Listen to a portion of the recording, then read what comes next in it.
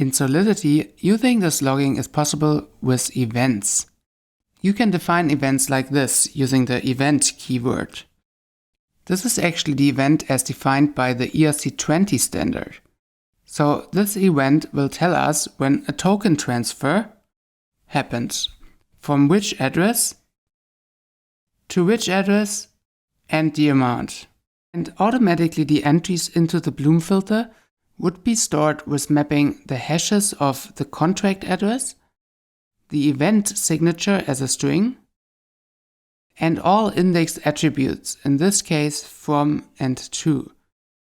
You will always have the contract address in the Bloom filter, and then up to 4 additional topics. Solidity auto-generates this event string topic here for us, which is just the name of the event and all its member types. You could declare the event anonymous if you don't want that, but most likely you can just use a normal event. And then you can declare up to 3 indexed attributes, or up to 4 if you're using anonymous events. The effect of this is every attribute you declare as indexed becomes part of the topics. So it's included in the Bloom filter.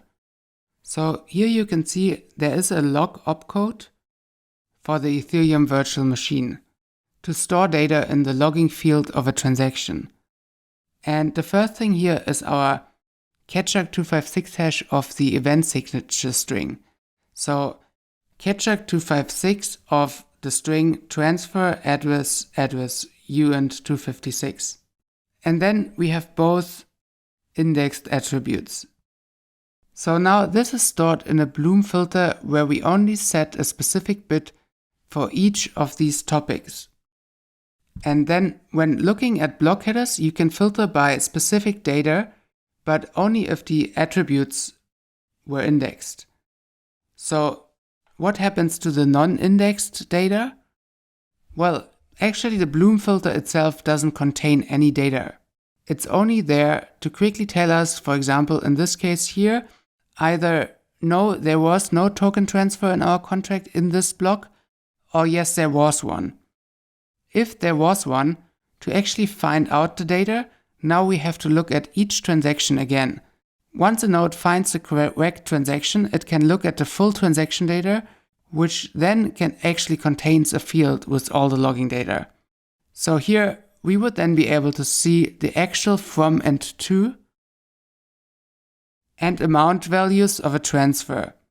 Or in rare cases, we might find out there wasn't actually a token transfer and we ran into the mentioned Bloom filter collision. And then there's also a second event in the ERC20 standard for all approvals that tells you which owner to which spender approved which amount. So, okay, maybe this is all still a bit confusing. But what's important is what should you use in your contracts? When to use events at all?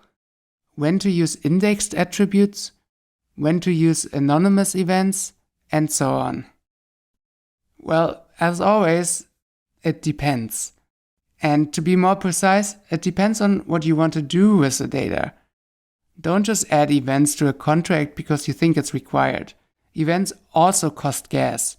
And indexed attributes cost even more gas.